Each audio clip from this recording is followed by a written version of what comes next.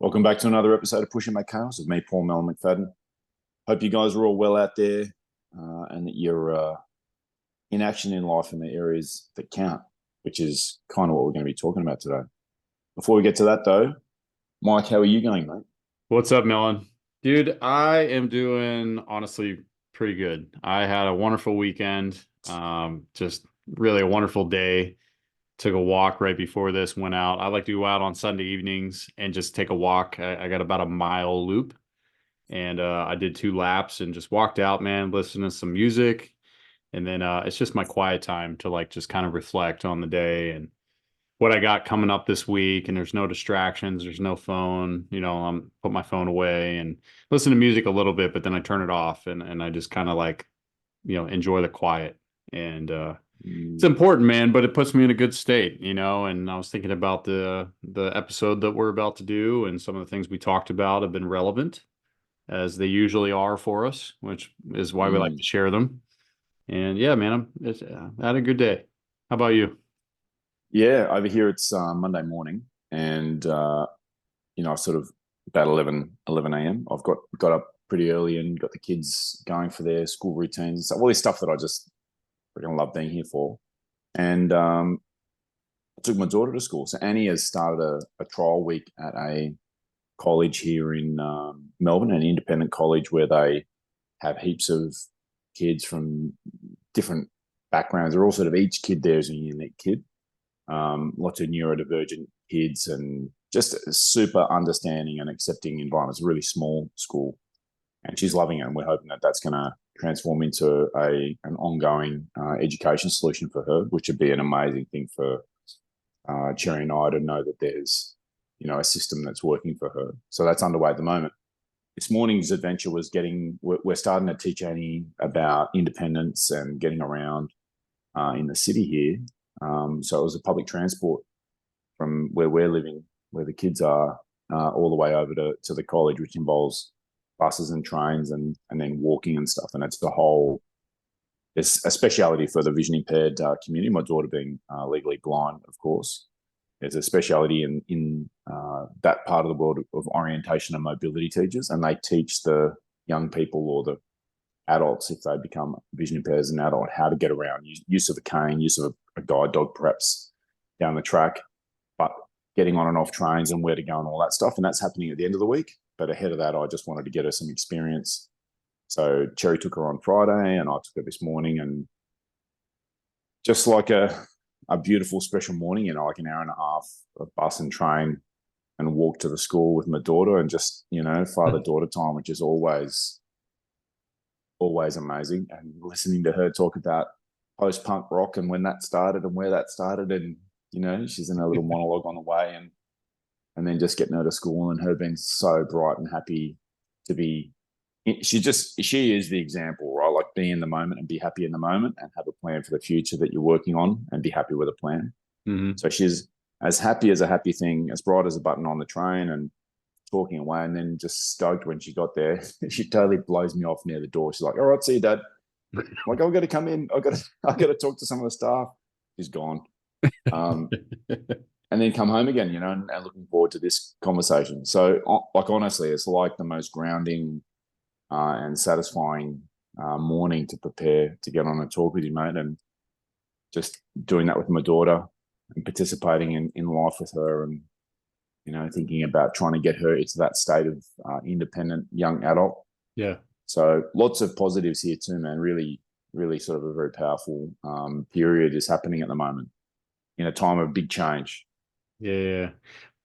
Well, last week we missed you. Our talk with Alan and everything, man, Man, was just what awesome. a conversation. What a Yeah. conversation. Episode 76 with Alan. Unbelievable episode with a man who just opened his heart and took the walls right down and just shared raw. I mean, my understanding is you had no idea what he was going to talk about at all, Mike, that you learned a lot in that conversation as it comes out.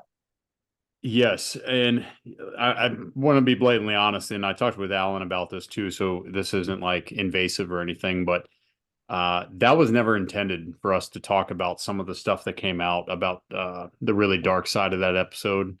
That was all him, and I just want to take a minute and praise him again for being so courageous as to open up and talk about those things. Because, truth be told, since that episode came out, we've shared it within our own group, military and civilian friends that are very, very tight.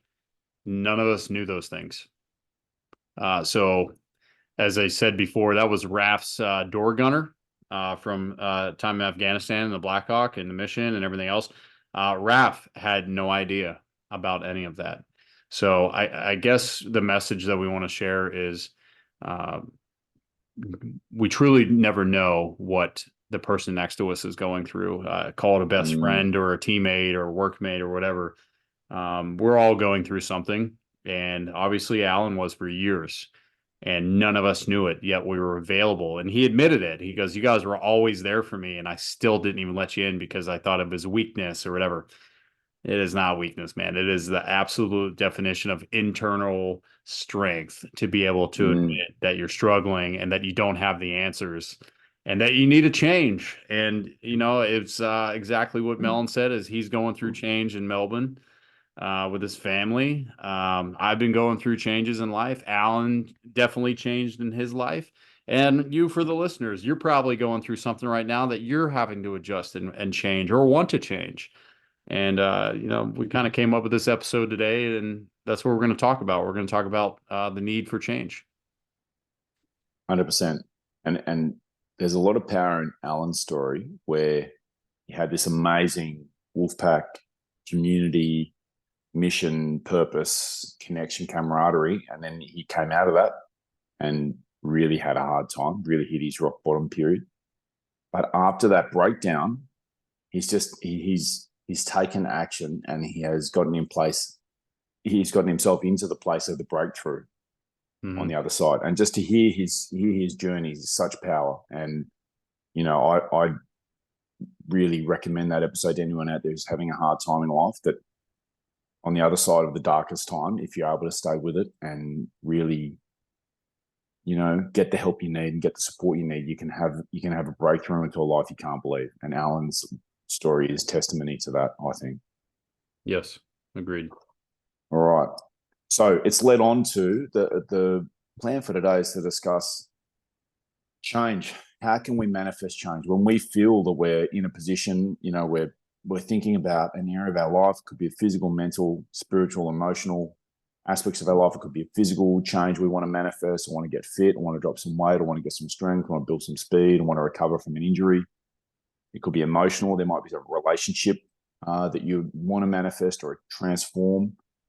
Mental, could be in education, could be work, could be career. Spiritual, it could be that real question about purpose and meaning and God and the universe and life overall. Could be any of those areas where you're like, I want to make a change in this area. And you can be stuck. It's like, where do I start? Or it could be after I've had the thought, how do I get into action? Mm-hmm. And so just back me up there, Mike, if there's another element of that we want to break it open, or is that pretty much the topic we're going to talk about? No, I think you nailed it, Melon. It's just, and it comes in different ways, right? And we're talking about, maybe a gradual acknowledgement that like, yeah, over the last couple months I've been pretty tired or I haven't really enjoyed or like this part of my life and I want to do it. Other times it's like a 2x4 to the forehead and it's like, man, things need to change immediately. Um, you know, man, you can go down the list of talking about it, but the point is there's usually something that's going on or that occurs over time or abruptly where it makes us uncomfortable. It gives us the inability to move forward. And I was telling Melon sometimes it just feels like you want to move forward, but there's something holding you there, or like you're chained to Mm, the floor or something like that.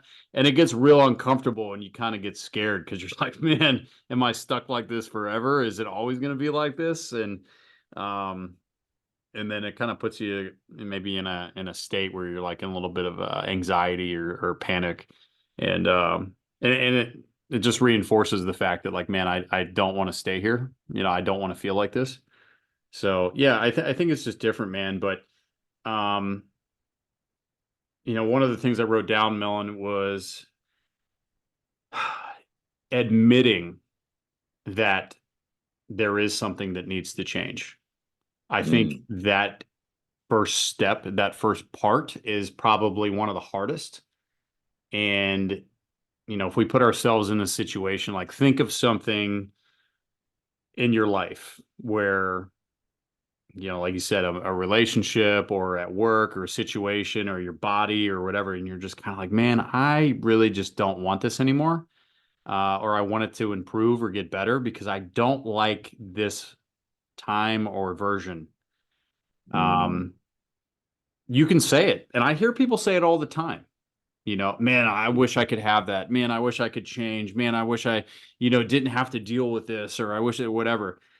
I hear you. Good. But what's the first thing you should do besides acknowledging it? And I feel like that's where things get cloudy is, I can say I want the new car. I want the six pack abs. I want to be happy in my relationship, you know, whatever it is. But where's the first step? Where do you start the mm, process? Because I feel, in my opinion, there's so much information coming in about how or what things should be, or different techniques, or what you're doing, that it becomes like system overload in my brain. And mm. and then I'm just kind of like, that's way too much. I don't have the time. I don't have the bandwidth. I don't have the energy. I'm just gonna pause and shut it off and pretend I didn't say anything because it's just too much, and just let it go. Would you agree with that? Oh, this is the key thing, right? Whose life is so good in all areas that you would be unwilling to improve even one aspect of it. And it's like I think all of us know that there are areas in our lives that we can bring transformation to. It might be everything at the moment is a dumpster fire, but it might be that you got 9 out of 10 areas of your life that you've really have transformed and you've got real power and clarity and joy. And there's one area that's not that. And like being able to get yourself out of inaction into action is the key. And I've heard Jordan Peterson talk about this step of taking whatever area of your life that you're thinking about and doing a worst case, best case, and Mhm. projecting forward. Like if I let all of my worst vices or my worst tendencies run, if I have no discipline or motivation in this area in my life, what's things going to look like in a year, 5 years, 10 years? And so you Mm. get a real like sense of how bad could things get in this area of your life. And then he does a best case. What if I really manifested my best virtues, my best character traits in this area, and I got into action? How good could things be in this area in 1 year, 5 years, 10 years? Mm. And then having that contrasting position be the thing that can get you that motivation to make change. That initial, okay, I'm really not going to sit here and drift. I'm not going to hope that things turn out on that sort of upward trajectory, and I'm not going to think I just will naturally avoid the worst. This is his advice: create that sort of stick and carrot of how good could things be and how bad could things be to actually get yourself into action as that first step, Mike. Yes.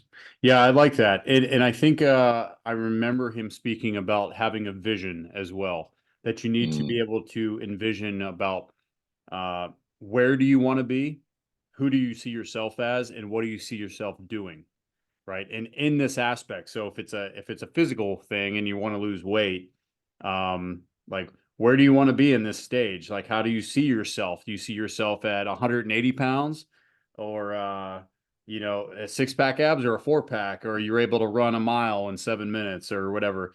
And then what do you see yourself doing? Do you see yourself going to the gym every day? Do you see yourself getting in a program, getting a trainer? Whatever. Like you have to have a vision of yourself doing these things. Otherwise, it's just kind of like an open-ended story with no ending. There's no end state. yeah, And it's really interesting, like the power of the mind and uh, envisioning a future where that does exist. Instead of telling yourself, like Mel, on the extreme worst case is, I'll never have this, or this will never happen for me. And you're focused on the negative because it's a lot of work or it's out of your current reach. And we just, I think the human mind just kind of does that because we get tired. You know, we're busy. Life's crazy. Things happen. It's like, yeah, I just don't ever think I'm going to have that. You know, it's like, well, if you keep Mm, telling yourself that, you're probably not, because you can't see yourself doing it. It's like Mickey and the movie Rocky. You know, you picture yourself doing right and you'll do right. You know, and that has power to it. mm, I've learned that has true power to it. true. Very true. One of the ways that I looked at this, Mike, was from a framework that I'm reasonably familiar with, which is US Air Force Colonel John Boyd back in the day. He developed the OODA loop, the Mhm. observe, orientate, decide, act, which people may be familiar with, have touched on in other episodes. The OODA loop has led to the US Marine Corps maneuver warfare. It's been implemented in military and business settings. It's quite a popular framework for decision making and implementing the decisions.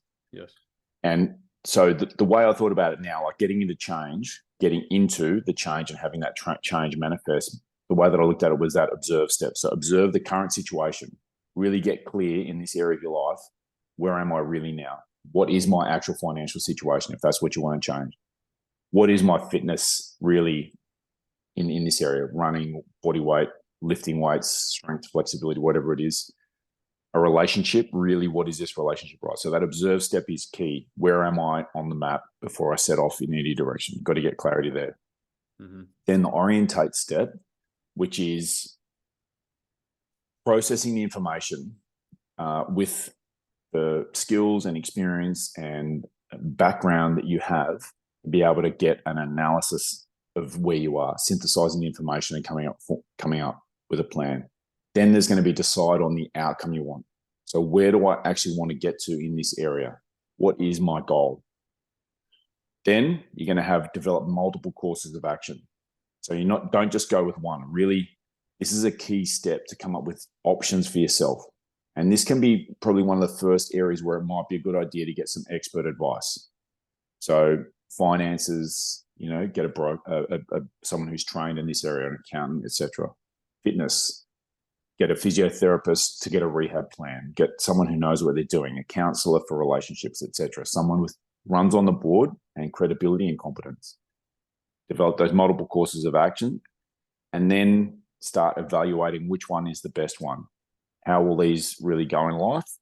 Mm-hmm. Then making your choice. So evaluate and choose. Then let's act. Let's get into action quickly and decisively. This should be something that appeals to most of our audience here of military and first responders and family. So get yourself going. Move forward with confidence and determination. Don't delay. The procrastination is the enemy of the change, right? Sitting in that I'm not sure what to do here. Pick one of these options. You're gonna have a raft of them, and you're gonna have a couple that are good. Don't worry about getting perfect. Perfect is the enemy of good. Yep. Get into action, because then you're gonna have that next part of the OODA loop, which is the monitor and get feedback. So that same expert can be giving you now feedback on your plan, or you can just be evaluating the results you're getting, right? How can I now learn from the experience? Mm-hmm. And then there's an update, and then where am I now? Maybe it's a fitness thing, or you do another set of fitness tests and you're getting another, start the process again, where I'm up to now, and then go through the loop again. Yep. So here's one option out of someone we're familiar with, Stephen Boyd, US Air Force Colonel from Vietnam and Korea era. He led to the design of the F-15, which led to the Hornet, the F-22, F-35 cockpits, where it was all based on this OODA loop principle. So this is something I've used myself to get into action to be able to generate results. I've done it with finances. I've done it with fitness. The OODA loop is one way that we can use a framework that we know, and there's a lot of information out there on this, Mike. Yes. I've used OODA loop at work quite a few times, and just in tactical situations. Everything's constantly evolving. The battlefield's constantly evolving. Situation is, in every single aspect, and you're always busy. That's why I said training for combat and being in combat is physical, but it's very mentally draining, because your mind is always in that loop. It's always processing, taking information and making decisions and adjusting the entire time. There's not really a period where you get a break. So like when you're done, like you're mentally exhausted, but it's very Yes. important to have a set system under stress to be able to think properly while in that stress. That's why it's such a hard thing for pilots, special operators, or people in high stress environments, performers, to do that. And it really is an art form, and it takes a lot of practice. But man, is it efficient. There's one that I've used before, and it's kind of a system I kind of molded together, but a lot of people say, like, okay, I see the OODA loop, but maybe there's some situations where you know, I'm a visual guy. So if I can look at it and analyze it and look at it and be like, okay, yeah, there it is in black and white. Sometimes I need to write it down. And there's a small little quick system you can use called CSIM, CSIM, and it's current state, solutions, implementation, and manage. Okay, and I'll kind of break those down. Um, I actually shared it with somebody today, actually, because they want to change a environment that they have at work and processes and kind of how they go about things. And they had some really good ideas, but they're like, I have no idea how to start, how to structure this, how to look at the Mhm. problems and like what's going on. So I literally got a whiteboard and like wrote it out and was explaining it. And they were like, "Wow, hey, they're like, I appreciate this. This could be really useful, and I'm going to write some things in there myself and get brainstorming." So it's literally an outline to like how to correct something and then put it into action. So you got your current state, right? What's the current state that you're in? Okay, if it's at work, hey, we're in a very toxic environment. We're very unproductive. We're not efficient in how we conduct things. Okay, cool, got it. Look at all the aspects. Who's in it? What's taking place? What are the practices? What are the functions? Okay, and like put them in black and white. And you can incorporate other people's opinions. This isn't just yours, right? So you can ask trusted people, teammates, significant other, parents, whatever you got.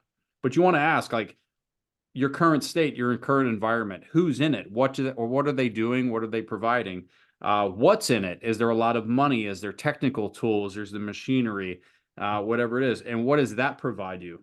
Okay, so you literally go down the current state environment of every aspect of it, and for multiple people.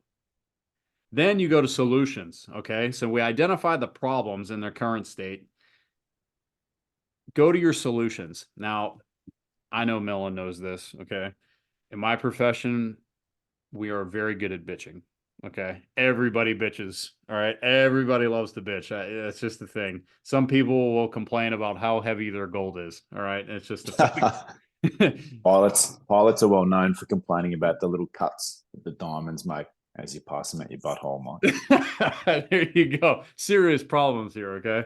Um, Everybody loves the bitch. My role with this is look, you can bitch as long as you have a great solution on the back end of it. Okay.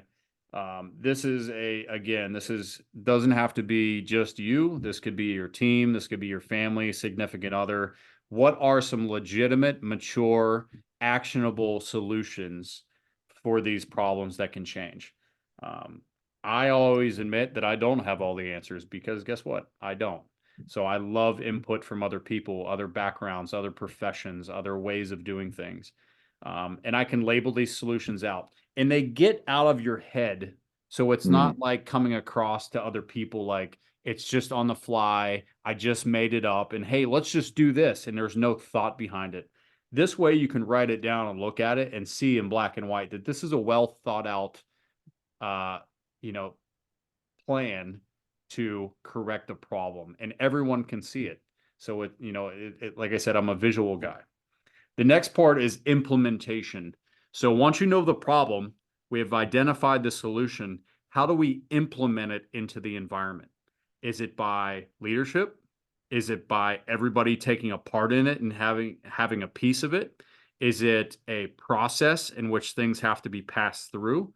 Um, go down the list there for whatever you're doing in particular. Do we have to have conversations daily? Do we need to improve communications or meetings? Do we have to have counseling? Whatever. Build that plan to implement it. Hey, every Monday, Wednesday, and Friday, we are going to sit down and talk about these things to make sure that problem does not rise up again or evolve into another issue, right? So that makes sense. Now you're putting in actionable things that everybody can identify with, take ownership of, and then start doing, right? So now you can look at something and see if it's being done or not. And then you go to the manage part. No matter what you go in, anybody can wake up and say, hey, today I know I'm fat. I'm going to go to the gym and I'm going to do 50 push-ups and 50 sit-ups. And I'm implementing that by driving myself straight home from work to the gym. I'm not going home because I get lazy and I end up getting stuck to the couch, and I go there. Great. You can do that for one day. But then what about managing? How do you manage that over time? How do you manage that system? Can you do it by yourself? You need to be honest with yourself. Can you do it alone? Do you need other people to hold you accountable? Is it going to take a team? Is it going to take another system? Is it technology that's going to get you off your ass? You know, like you got to figure out the management system to sustain what you're trying to do, because nothing, almost anything doesn't just happen overnight. I think studies have shown it takes a minimum of 3 weeks or 21 days to implement true change in a lifestyle or in a work environment, that it becomes habit, muscle memory. People start acknowledging, hey, this is my left and right limit. This is what we're allowed to do or what I have to do. And then it becomes practice. And it becomes culture, ultimately, is what you want. So that could be microculture. That could be a macro culture of a huge company. Could be a relationship, like whatever you got going on. But that's a really quick down and dirty of the CSIM solution. If you want to write down your thoughts, because it gets cluttered in there, I know mine does, but it's just a little outline to follow in case you don't know where to start, and you can have like a little system to go off of. I've always found, Mike, that is really a key thing to do this. To set aside time, plan, like schedule yourself for this process, to be going through. Give yourself time so you're not rushing it. You're not just sitting there doing it as a mental exercise. Yeah. Oh, this is the thing. This is the problem. I'm going to do this thing. Like, take some time in this area of your life that it means something to you. You wouldn't be thinking about it, and being able to sit and go through, like Mike's just said, with a pen and paper and get some clarity, get some stuff down on paper. It can sort of prevent you from going on a gut feel sort of thing, and you're more likely to get out of this into an action, into a process that's going to be implemented. And I really just want to say again that there's a place in here for getting expert advice from someone who has demonstrated competence. They've got runs on the board in this area, and they've got integrity.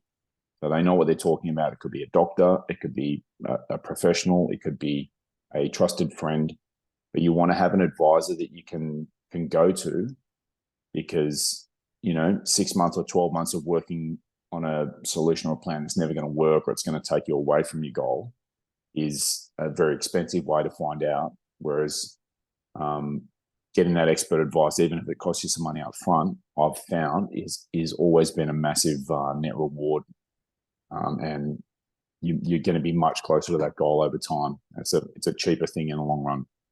So let me get this straight, Mel. And you're saying that I can't take this system down to the drunk Aussie mate down at the See You Next Tuesday place getting a new Parmy, who's drinking brown Gatorade, and not give me a solid solution or a solid plan? Is that what you're saying? Look, that guy, maybe. He might be the exception to the rule.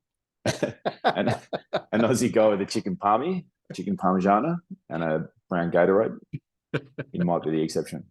But no. Like,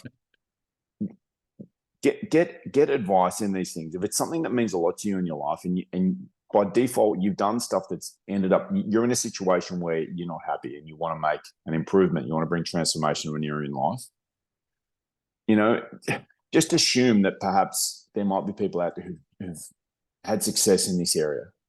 There might be people out there who have gone through people like you in a number of situations, number of times. Like, I have had a knee issue. Concrete example of this, I've had a knee issue for a long time now. I have not been able to run since I ended up having to have surgery in September 22, and trying to find some expert advice where I was living in the Middle East, it was very difficult to find people who really knew what they were doing. So a couple of months ago, I've made contact with a physiotherapist group here, and it is just night and day to be able to get someone who really knows what they're doing. There's a person who sat me down. They did a whole bunch of testing in that initial observe stage where they're getting the data points. I'm measuring my knee angles on both legs. I'm measuring individual leg strength on the two legs, observing single leg squat performance. There was a whole bunch of data was gathered in the beginning.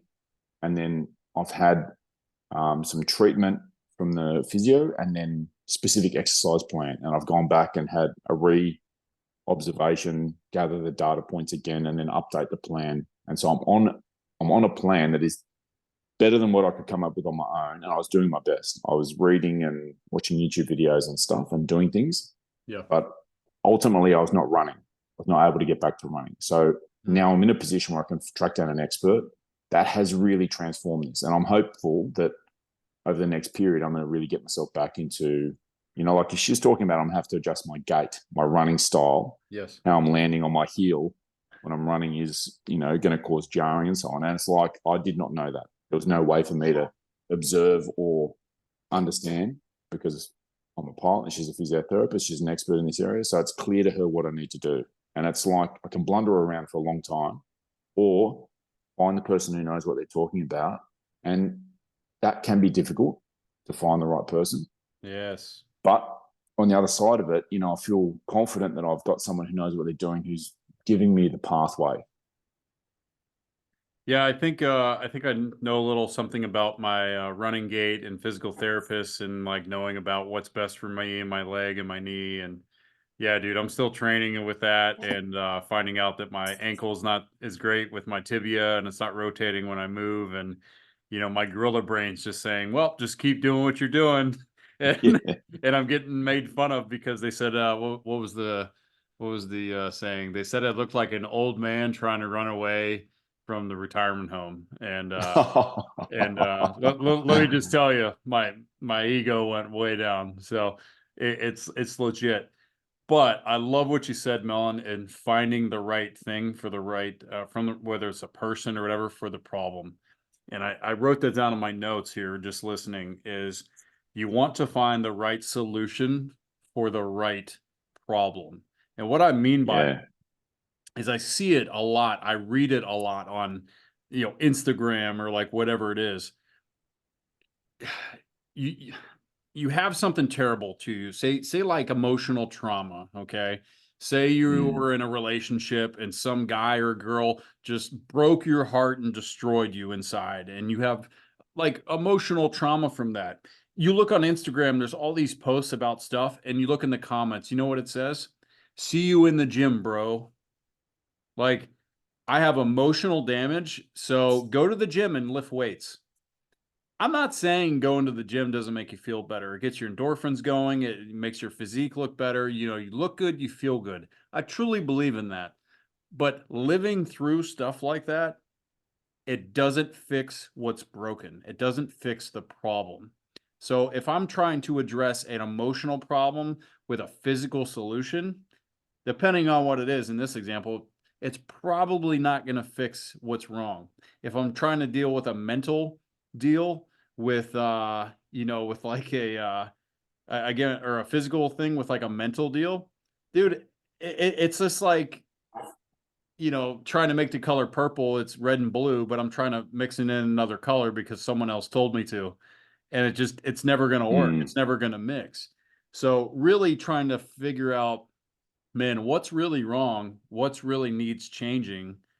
And then going through whether you use OODA loop, whether you use a CSIM method, and breaking it down and finding the root, like what's the true root of this current state of whatever it is. Yes. And like pinpointing where it came from, because everyone's got advice, right? Everyone's got an opinion. If you ask anyone, on any topic, what should I do here? People are happy to tell you. And that's not necessarily what they're doing in their own life. It's not like they're like, oh, actually, I don't have a degree in that area. No. You're gonna get legal advice. You're gonna get tax advice. You're gonna get relationship advice from all sorts of people who've got breakdowns in those areas. Because it's not like people stop and think. Right. You know, a gym bro is gonna is gonna tell you, you know, he's good with a hammer, and so the whole world's problems must be nails. You know, like go to the gym and lift weights. That's going to be the gym bro. And this is the problem when you go to social media and you see the online warriors, the keyboard warriors, dispensing advice, and they're anonymous. You've got no idea whether this person knows what they're talking about. So for mine, it is really important to find someone who's got credibility, Yes. and you know, you might have to spend a little bit of money. You may have to spend it. You know what? You may have to spend some time being Yep. extremely uncomfortable because you have Yep. to bring up stuff that you don't want to visit. And Yep. you know, You might need some humility. yes, you know, last week with Alan, you know, he talked about being, you know, being very scared going back into that valley, and he still chose to do it because it was bigger than him, you know. And you got to want to like, you got to ask yourself, like, why do I want to change? And you have to find, the key is have a bigger yes than no for that Yeah. change. Like you got to have a big reason to want to change and hold on to that. If it's bigger than you and it's about your family or someone that you love or care about or whatever, hold on to that and be like, that's the reason I'm doing, even starting this conversation, right? And the key to it, when you do want to make a change, you have to figure out the root. And if that root scares the shit out of you, if that root is intimidating, if it like, you know, just puts you in a wild, crazy state, you got to visit it. Otherwise, you're never going to figure out, like, or admit to yourself, which we all have a problem in doing. Like, this is really where this came from. It scares me. It hurts me or whatever. I don't want to live like this no more. And this is where I need help. And then asking for help, man, talk about hard. I was just telling Melon, like, I've seen this in the last week. I've seen it at work. I saw it at church. I saw it out on the street yesterday, actually. And it's people realizing they're in a shit situation. Someone offering up saying, "Hey, if you want help, if you need it, if you want this change in your life, come forward right now." And you see the wheels turning. You see the body language. You see an arm raise up like, "Hey, yes, literally, that's me. Okay, it's time to make the change." And nobody moves. Nobody acts. And they just frozen. They're just frozen in space. And it's crazy. And I only say this because this was me. Okay. I've been in those places. And my question is like, what's holding us back? You know, I talked about those chains, how it feels sometimes you're chained to the floor. And it's like, hey, do you want to go? Yes, I want to go. All right, let's go. Okay. Okay. 1 minute. 1 minute. I'm gonna do it. I'm gonna do it. I'm gonna do it. And the next thing you know, a week goes by, a month goes by, year goes by. You know what I mean? And it's just before you know, Yes. you didn't do anything. Why don't we do anything? What's really that bad that we want to stay where we're at, where it's toxic, where it's hurting us, we're declining, we're on the slide. Why do we keep ourselves there and we don't want to do it? Is it pride? Is it ego? Is it For sure, that's part of it. For sure, that's part of it, Mike. You know, that humility to be able to say, you know, I want to have something better. I want to have transformation. There has to be it stings a little bit because you're in the situation you're in. Then you know you got to be able to be like, actually, how things are in my life now, not how I dreamed they'd be, and it could just be in one area. And I really think there's an element of you're talking there about maintaining touch with what that goal was. Like, what is the vision you have in your life, as you were saying there, Mike, and like that visualization of the goal, that visualization, a meditation, a reflection, to be able to come back to that periodically to make sure you keep the fire burning. That's going to get you up off the couch and get you into action. Yes. Like, how good could things be? How good could things be in my relationship with my kids? How good could they be in a workplace connection with my colleagues and a sense of esprit de corps? How good could it be how good could the finances have been? How safe could the family's future be? How fit could I be? How mobile and active right into my later years would be good enough, to be mobile and active at 70 to be able to play with my grandkids. Mm-hmm. So when you're feeling that drive for inaction, which is just human, right? It's conserve energy, conserve resources is like a human trait. We wouldn't have evolved, wouldn't have got to this stage if we just burned energy unnecessarily. But it can really be our downfall.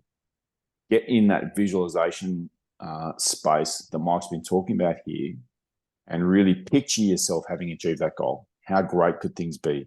And use that to get that fire burning to get yourself up off the couch. Yes. And share an example, right? Melon helped teach me this, and I want to give you credit here, man. So some very stressful times in my life where I was dealing with like relationship stuff where I didn't know how to address it, but I would straight up call Melon crying, and I'm like, dude, I don't know what to do. Like, I'm so frustrated. He even recorded me one time for me to remember and to go back and look at, but he recorded me crying the one time about how I felt in those moments, right? And he's looking at it, and he's telling me, and he's challenging me to force me to look past the present frustration and pain and emotions that I was feeling and going through. And he asked me, he goes, Mike, I want you to vision yourself as a top, like the spinners, like the little tops that spins. And he goes, I want you to really envision yourself as that top. And there's going to be variations in like on the wood that you put it on the surface. There's going to be some wind that guide it and it sways back and forth. I really want you to envision that no matter what happens in this conversation that's coming up, that you're the top and you're spinning and you're steady and you're centered. And dude, I hung on to that vision so tight because I knew that I was so sporadic and left and right, and I didn't want my emotions to come out. I didn't want something to trigger me and for me to say something I didn't want to say. But it was that vision of just being centered no matter what happened. And it just looked strong to me. It looked healthy. It looked something I would be proud of being.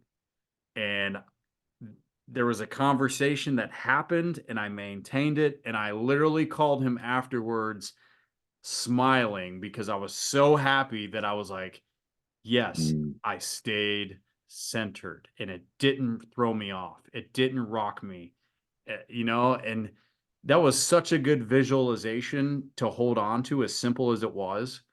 But that's what we're talking about here, and that's something I went through that Melon helped teach me, right?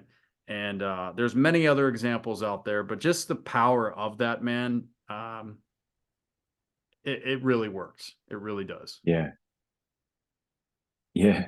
Holding your center as a concept to think about when times are difficult, but when you're if you're not in the center, that spinning top, if you've got weight on one side, it's going to go to balance super fast at a low speed, but if you're really balanced and you're right in the middle of that spinning top, it can spin at really high RPM, all sorts of things in life can come at it, and it's going to be able to maintain the balance. There's actually a point, if you're fully in the center, it's actually effortless. There's equal pull in all directions, and you're just able to hold your ground and you can be like a flow state. You can be in a hyper productive state even when things are difficult. But if you've got areas in your life where you're not able to honor your word and you have to break down to the stuff, you're going to fall off the way, even with a small bump. The first wave that hits you is going to knock you off your feet. Yeah.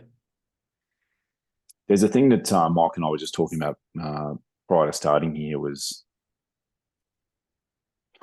when you are in these states, that the integrity is the basis. Integrity is the foundation for all of these action, change, transformation processes to work. And it's the most basic level of integrity. It's not your word and commitment to other people. It's not saying to your wife or your kids or your boss or whatever, you'll do the thing. It's the thought when you've gone through this process and you've come up with your little action plan So get yourself moving in that direction. It's the commitment to yourself. It's the thought, I'm going to go to the gym tomorrow, or I'm not going to eat the thing. I'm not going to eat the donuts. I'm going to put aside 10% of my income and I'm going to save it. And when your integrity, you're not in the habit of really keeping your word to yourself, you can have the thought, even as you're saying, I'm going to go to the gym tomorrow, you can have the thought, a questioning voice in the back of your head saying, no, I might not though. Or you're thinking, oh, I'm not going to eat the junk food. And you're thinking to yourself, I probably will. And you just have no power. You can't trust yourself to do the thing over time. And Mike and I were talking, I was talking to him about his knee rehab, who he's been over the last 4 years of this friendship, this amazing friendship I've had with him. I can see that he is the guy, he keeps his word to himself. And I try to do that too. And I'm sure we all have breakdowns. But when you can trust yourself, that voice quietens down and you can think, right, when I've committed to this action plan, I know that the action plan is going to happen because I've done it in the past. And so it can give you this real sense of optimism about these areas in your life that are difficult when you've got the foundation of integrity. And the most important person to keep your word to is yourself. Yes. So you can trust yourself over time. That the future you is going to be grateful to you now. And there's little things you can do, like you put your gym gear by the door, you pack your shoes and you've got your stuff, put it by the door, and you get up in the morning and it can be like, thank you last night, Melon, for sorting out my gym gear. Yeah. Or, you pack your lunch and you get out in the morning, you open the fridge, you grab your lunch. You're like, thank you yesterday, Melon, for sorting out my lunch so I don't have to go for the junk food. Yeah. Or you look in your bank account and you're like, yes, thank you, last week, Melon, for putting some of that money aside in the savings account. And you can reinforce the you across time, the present you and the past, the present you and the future. And you can get this sense of loyalty and friendship and trust and love for yourself that really can build strong self-esteem and have you get in action. And just little things can do it, just little things. It don't have to be massive. They don't have to be, you're standing at the altar at the church for your wedding going, wow, I really manifested this wife, which also can be there. But it can just be these little things that cause this sense of, I'm grateful to myself for the thing I did yesterday. And Mike and I were talking about some amazing stuff that he has done in the past and breakthroughs he's had. And I've had the same thing of like this relationship that I have with my wife, who I was with my daughter on the train this morning. I knew I was going to get up and go there and, nerves she has around travel and not knowing where she was. I knew that it was going to be a great morning yesterday and getting up and being able to just do the thing I planned and then really enjoying it. So part of it is having this habit, the visualization of the goal, visualizing the goal having been achieved, but also like just thanking yourself and having a gratitude thing when you do something, when you are in action, when you've taken even the smallest of steps, having just a moment to say thank you to yourself for yesterday is going to keep you in action today for tomorrow you to have that benefit of delayed gratification, Mike. Yeah, beautifully said, Melon. And that's exactly what I was talking about when I do on Sunday nights. I go for a walk and I reflect, and I do, in a way, I thank myself. I think about, man, Saturday, I said I was going to do this and I was going to do it for me, or I was going to do it for this person. And you know what? I showed up, I did it, and I said what I was going to do. And I'm really proud of myself for maintaining that character, that dependability, being the vision of what I want to be, who I want to be for myself and for other people. And it's really just a moment to pause and give thanks to, like Melon said, my previous self, right? Because up until that moment, I'm fresh. But it's like what I've done because I'm thinking of future Mike and who I want him to be, who I want him to succeed as, like being at the altar again, retirement, having children one day, God willing, and it's like, who do I want to be when that shows up? Well, I can see it, I can feel it. It makes me smile. I'm happy. I pray for it. But dude, right now, all I need is I need to go to bed on time. I need to have my food ready. I need to make sure my heart's clear, my mind's guided, that I know who I am and what I'm doing, what my purpose is right now in this current situation or environment and what I'm doing. Right. And if I do need to make changes, I need to evaluate them now and not wait or put them off and let them become soured or toxic or whatever it is. Um, Mm, yeah, all the time, man. And it's turned into a really beautiful thing, a lifestyle, a practice.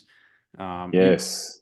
yeah, it's a good feeling. It's solid. It gives me confidence like I don't think I've ever had before. It gives me clarity. And ultimately, dude, Yeah. it also gives me a sense of peace, which I honestly haven't felt this much peace in my life since honestly, I can't tell you the last time I remembered it. Um, and that's something I cherish. You've So been good, man. yeah, you've been in the military for 17 years and all you've been trained and been around is how to sneak into people's backyards and kill them. Uh, um, you really you really want a sense of peace with your life and who you are and what you're really doing. Mm, And dude, I have obtained that um, through a lot of work, a lot of consistency, a lot of honesty and hard conversations with mostly myself, yes. and making commitments to change and doing the OODA loop and doing the CSIM projects and writing a ton of stuff down on whiteboards and having discussions and doing daily routines and devotionals and implementing the change and managing the change throughout my day. So, but if you'd ask me, is it all worth it? I wouldn't change a thing. Yes, 1,000%. It really sounds to me, Mike, like there's, if we use the OODA loop, that when you've gone through the OODA loop and you're now back at the orientate again, you're getting again, getting your bearings. Where am I on the map? What is my financial situation? What is my health? What is my relationship like? Before you then go back into that ongoing OODA loop, we're going to continue our whole lives. You can pause when you've done the thing that you committed to do, and you've found some progress. When you're orientating and you realize you're looking back down the mountain a bit, hey, I've come up the mountain here. I've been slogging away with my head down. And I'm just going to stop and pause and take my breath and look around. You're talking about your Sunday evening walks, and I have a similar practice. You can really celebrate some victories as Yes. part of the O in the orientate. You really can be like, find the little things where you've actually achieved, and really pause and sit on it for a second. Don't just sort of always look forward onto the next mountain peak that's coming. Take that little time there to give yourself a little reward. Really think about thanking yourself for the steps that were taken, thanking yourself for that rehab work you did on your knee, or for the conversations you had with your family member, or any of those things, the little things that you've done that has led to some progress. Take the time to have some compassion and gratitude for your previous self. And it's going to help you remain consistently in action in the future. As you then look ahead and you go through the orientate, decide and act, and boom, off you go again. That when you really are able to have those little moments of gratitude, little moments of the celebrating the victories is really key. I've found mine. Yes, I agree, man. And this is a cool journey that Melon and I have been sharing for the last 4 years. All these discussions and all these episodes and everything else. If you notice, every single thing has been a discussion about change or adapting Mm, to what we're doing in our life and acknowledging that not everything's perfect, that not everything's going to stay perfect, and it's an ongoing assessment of every aspect of our life, spiritually, emotionally, physically, mentally. And I think by this time, dude, I think this is our 167th episode, uh, wow. counting over the last 4 years. And they're all discussions about improving our current position, what we're doing, and it's really like self-improvement. And I think Yeah. we're both here um, as living proof that we're doing what we say and we're men of our word. We're not perfect. We didn't say perfect. No, we're flawed human beings, is what we Yes. are. Yes. We're not the kind of people, and they might be out there who don't need to do this OODA loop CSIM stuff, but this is that moving from failure to failure with no loss of enthusiasm, as Churchill said. I also heard another one, Mike, was really good. It was like, if the only thing you do is like you save your happiness for the achievement of the goal, that's like a moment. It's just like a fleeting, the destination. I'm on a journey and I only celebrate when I have the destination happen. Boom. It's like a second later, the destination's behind you in the rear vision mirror and there's no enjoyment again. Like you have to develop in your life a way to celebrate the journey and to be like, this is the 99.9% of life. The going somewhere is the part that's difficult and it's challenging and it's rewarding and that you get a lot out of that, so that when the goals come, and the goals are important because they have us moving forward, that's not the only time you feel joy. It's not the only time you give yourself permission to feel, grateful and happy and satisfied with your life. That the journey is the part of life that we're all living in, and flawed humans that we are, that's the part we're going to be in 99.9% of the time, and savor it, have the life that you can sink your teeth into, and you can find the joy while you're in the gym. You can find the joy while you're in that deep conversation with your spouse, or you're resolving that conflict at work, or whatever the situation might be. Melon's a freaking scholar, isn't he? I mean, this guy should write a book.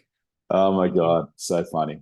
Yeah. I was just going to say, Mike, I was just going to give a quick summary of what we've covered here. So I talked about the OODA loop, which is observe, orientate, decide, act, as a process for getting clear on where you are now and getting yourself into action, and that there's always a review. The OODA loop doesn't stop, it leads back to another observe again. Observe, orientate, decide, act. Mike had his CSIM, which is similar. It was C for current state, S for solutions, I for implementation, and M for manage. And that sounds again to me like there's an ongoing process involved, but that's not a one-off.